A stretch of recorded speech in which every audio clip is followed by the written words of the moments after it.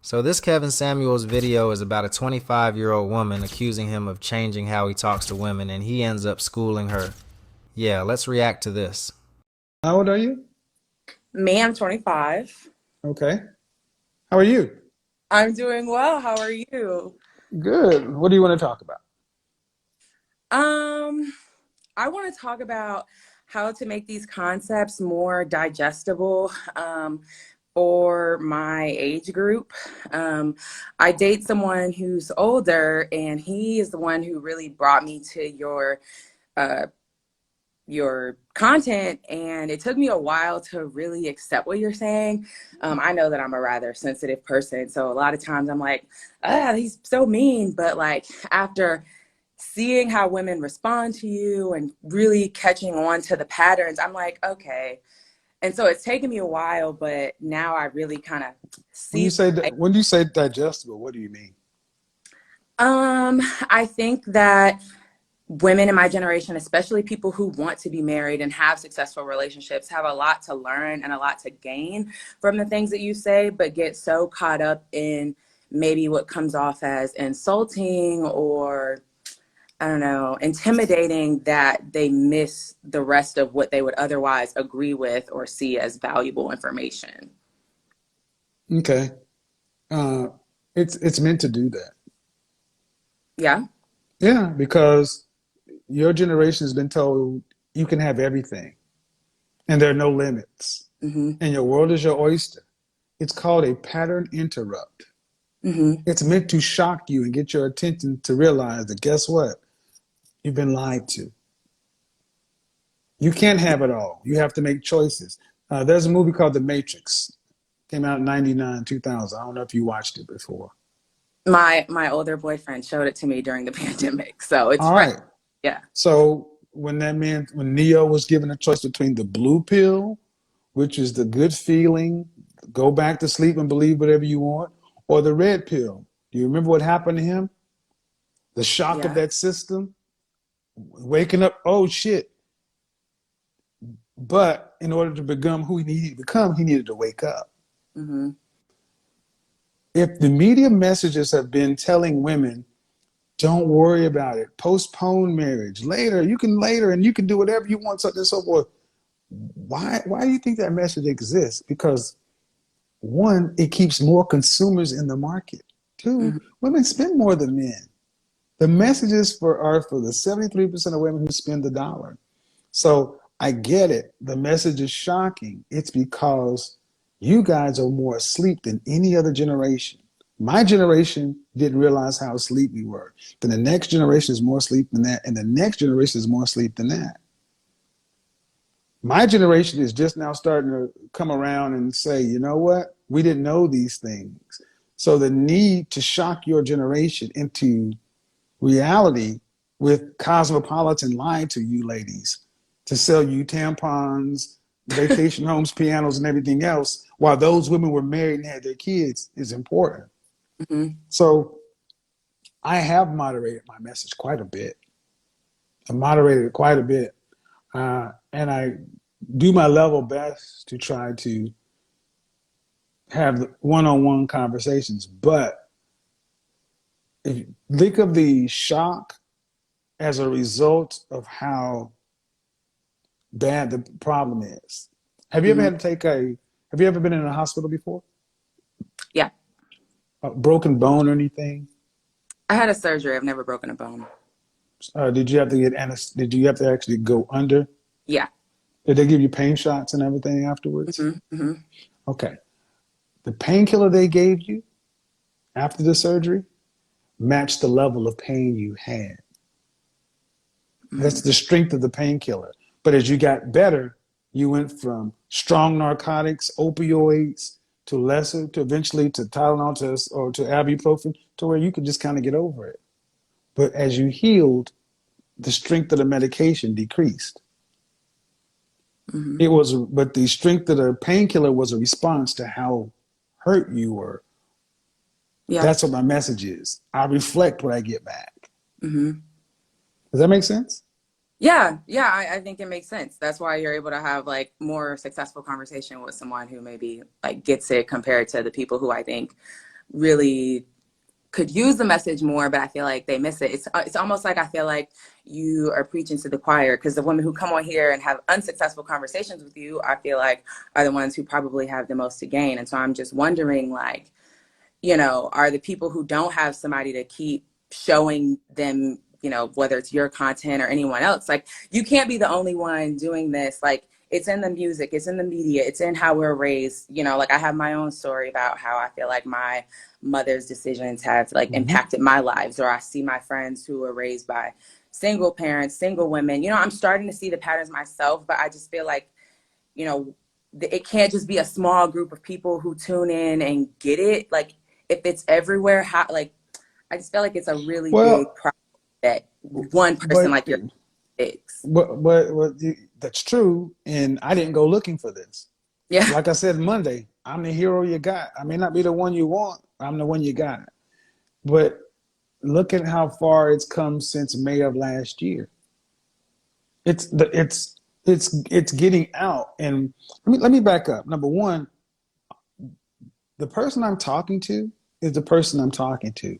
But what you don't see is the people who are at home saying, you know what?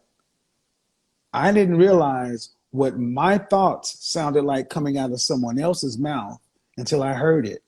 I Yeah. get letters from women saying that, oh my God, I saw myself in her and I did not like it. So it's a teaching experience. That's one path. Another path is just like most, it shocked me, it bothered me, but then they keep coming back. And it's like, I didn't like you, but then I finally got over it. And it's not just me, because you said your boyfriend brought you here. Well, that's one person who's been affected by the message. Mm-hmm. I'm just the person who's in front right now, but I don't need to be in front. I just want more conversations to be had so we can get to better outcomes. I said this a long time ago. It's really not about me. But I take and I have taken that. So people who are watching know I have taken that into consideration. People like, well, the tone. Can you moderate the tone? I don't know how often you watch, but there are times where I'm really struggling to try to keep. Yeah. Yeah, I mean, it's just you touch on sensitive things. Like, shortly before I joined the live, I was Mm-hmm. having an argument about, like, well, not an argument, but I was debating with him, like, I'm an 8. Because All you right. were earlier talking about the, divided by your body and your face. And I'm like, Mm-hmm. well, so, I mean, it's just, you sometimes are It, talking about things that are polarizing, especially for the individual. yes, and the thing is, unfortunately, we have to find a way, especially in our community, to have conversations about sensitive, polarizing topics. Because if we don't, we won't get any better. I mean, I'm an image consultant, for Christ's sakes. I'm an image and style and fragrance guy, and I have people from that side like, why do you talk about relationships? They talk about them too. They just don't get as deep as I do. They would not dare to talk about some of the topics, and they certainly wouldn't inject race into it. And I've been doing this for a long time, and it's just now starting to catch on. But sometimes when you don't necessarily pick what your purpose is, and apparently I have a talent for it. Yeah. Um, so what I'm looking to do is have more people realize that it's not here to tear anything down or hurt anybody. It's actually here to help men get the outcomes they want. And what that really is to get women to start to understand that we're different and we get nowhere without each other. Yeah. So just like you and I had this conversation, how long have you been watching my content? Probably for the past 3 months. And I will say that I can thank you, because some of what I struggle with in the relationship that I'm in is the person who I date is an entrepreneur, and I'm in a really corporate job. So for me, Oh, you know, yeah.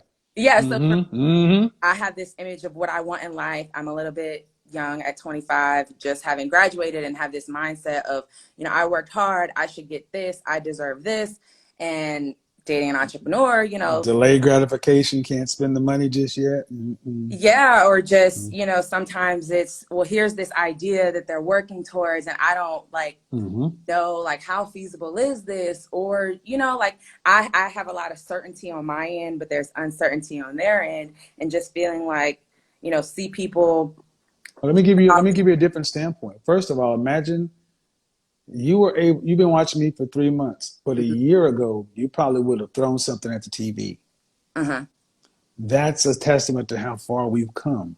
Mm-hmm. That you can even get to the point to where you can even contact me. Because a year ago, it would have been like, who the fuck is this? I would shut it down. But going to corporate America, let me say something. I come from corporate America. And one of the things I realized in my career is I sold in excess of $45 million in products and services. And I thought I was safe. Mm-hmm. But then I realized that after the 70% weight, I realized that I'm really not safe because every job I worked at, people were getting fired. There were downsizes, there was bankruptcies. And the longer you work for a company, the more you cost. They can Mm-hmm. bring somebody in. Working for someone is actually the most vulnerable thing to do long term.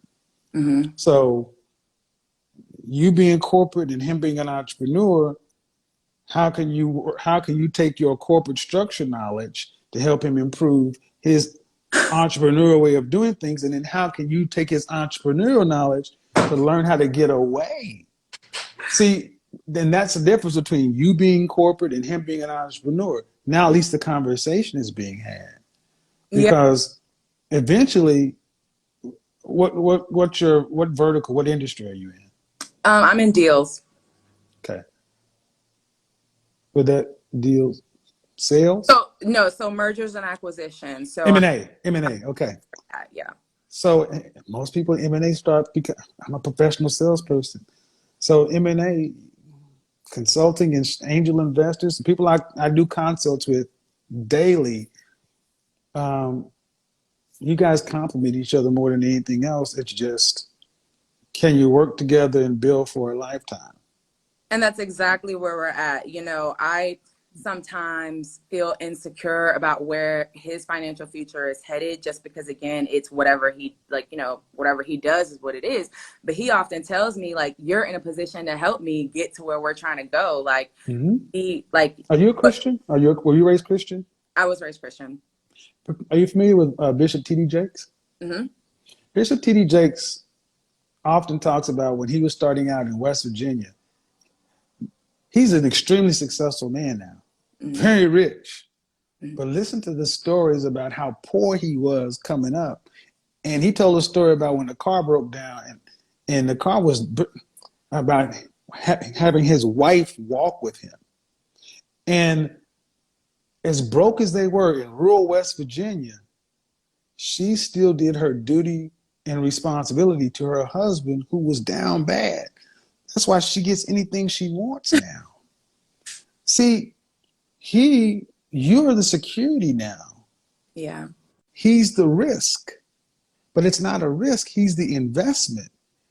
When let's assume you guys get married and he starts a business and it fails, because most entrepreneurs fail one or two, three times before something works. Yeah. But then when it works and you've been doing your thing for 15 or 20 years, you reach that glass ceiling or whatever. There's an ability to come and take these skill sets and take it over here to where you employ your own children and employ your own community to where you have the option to stay here or there. That's actually the smartest way. One in, one out. Because then you're not beholden to anybody. Yeah. And see, the beginning of having all this conversation is having a woman and a man sit down and talk about important things up front that are contentious, that are scary, that are sensitive, in a way to where you feel safe and he feels safe to have these conversations, and everybody's not holding their cards close to their chest and not willing to trust anybody with information. This program has shown how to have difficult conversations, and it's a skill we did not learn. Yeah. So I think this is where we are right now, and People will see the conversation we had and they'll learn from it, and we'll get better, but we're still gonna make mistakes. I'm human. I'm gonna fail a lot, but we're gonna fail moving forward. And how long have you guys been seeing one another? About a year and a half. We met on LinkedIn, so that's a pretty funny story. Time to go ahead and pull the trigger. Yeah. And interestingly enough, we've actually both seen you in person. So we're like Okay, in your backyard. there So you go. Time to go ahead and pull the trigger and formalize it. See, as I don't want to say the names of the people I was just talking to, but they're Black business people. And I think we need to hear more from our business class and less from our, no offense to our entertainers, musicians, athletes, entertainers. We need to hear more from our business class so we understand the investment. It's not risk, it's investment. It's only risk if you don't plan on being there the long term. It's an investment if you plan on being there. investment in being in business. Yeah. Well, like you mentioned his business. Right. Whatever, even from failures, trust me. Go back and watch some of my videos go back to the earliest videos and look at how shitty they were. But there was all investment to get here. Mm-hmm. But I would not have had the benefit of the ROI now if I had not been willing to fail in public. They keep pulling my pictures and roasting me left and right. Failures. But what they don't talk about is what I'm talking about now in the results. And I don't worry about it because I knew back then why I was doing what I'm doing now.